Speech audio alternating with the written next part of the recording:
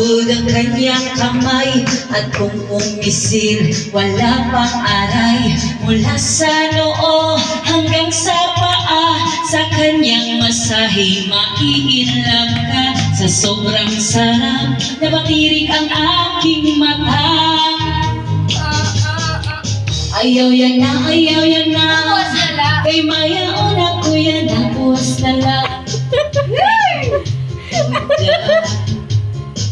May kiliti ako dyan. Ayaw yan na, ayaw yan na. Kay mayaon ako yan, nabuwas na lang. Relax ka lang. Kay mayaon ako yan na.